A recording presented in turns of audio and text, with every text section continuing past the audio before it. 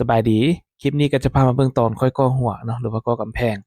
คลิปนี้ก็ถ่ายปะไปดนแล้วเนาะอันที่จริงแล้วก็ลงในช่อง TikTok แดผู้ใดที่ว่ายังบ่ทันได้ไปติดตามช่อง TikTok ค่อยมีช่อง YouTube แดแต่ว่าช่อง YouTube บ่ค่อยมีผู้ติดตามปานใดช่วยกันไปกดติดตามไปช่องไปปั้นวิวสวยเด้อ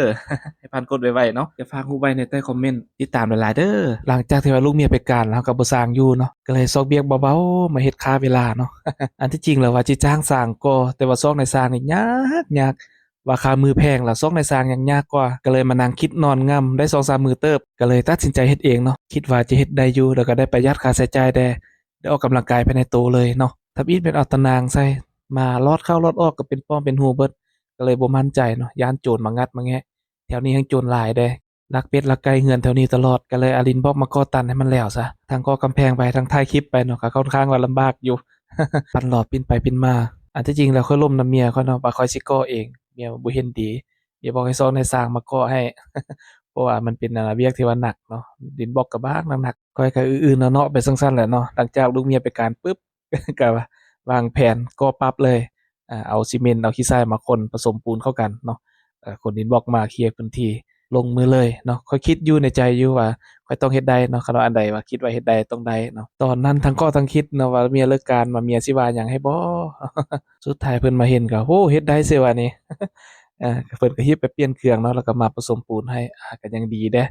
ตัดอีทค่อยผสมใส่หล่อเลยเนาะเอาปูนเอาขี้ทรายใส่แล้วก็เอาน้ำใส่คนอยู่ในหล่อเลย ก็ค่อยเฮ็ดค่อยไปเนาะแล้วยามใดก็ยามนั้นเพราะว่าเราก็บ่แม่นเวียกที่ว่าจะเร่งจะฟ้าวเนาะเพียงแต่ว่าอยากให้มันแล้วกันโจรกันขโมย เมียก็จะเป็นผู้ขนดินบล็อกมาช่วยแด่เนาะขนปูนขนหยังให้ช่วยแด่ก็ยังแค้นเนาะก็บ่เมื่อยปานใดเราก็มีแต่นั่งอยู่บนเก่าแล้วก็เอาเกียงก่อเมียงใส่ปูนในดินบล็อกหั่นเนาะเมียก็จะเป็นผู้มายกขึ้นให้เพราะว่าตอนนี้มันก็สูงแล้วเนาะเป็นแถวที่3แถวที่4แล้วเริ่มสูงเริ่มหนักแล้วดินบล็อกนี่ก้อนละ10กิโลพุ่นเด้นี่คันข้อยยกผู้เดียวเนี่ยยกบ่ขึ้นแน่นอนเพราะว่ามันสูงก่อดินบล็อกสิ5แถวหนึ่งจนมืดคร้าดกลับบ้านเนาะจนได้รถไฟมาไต่ก่อไปก่อมาก็สิแล้วดีดักเนาะ มาฮอดแถวสุดท้าย แหมคันจ้างได้สร้างไว้แม่นได้เสียทั้งเงินเนาะอันนี้เราเฮ็ดเองได้ออกกำลังกายแด่ประหยัดงบแด่เนาะเอาเงินไปซื้อดินบล็อกมาก่อ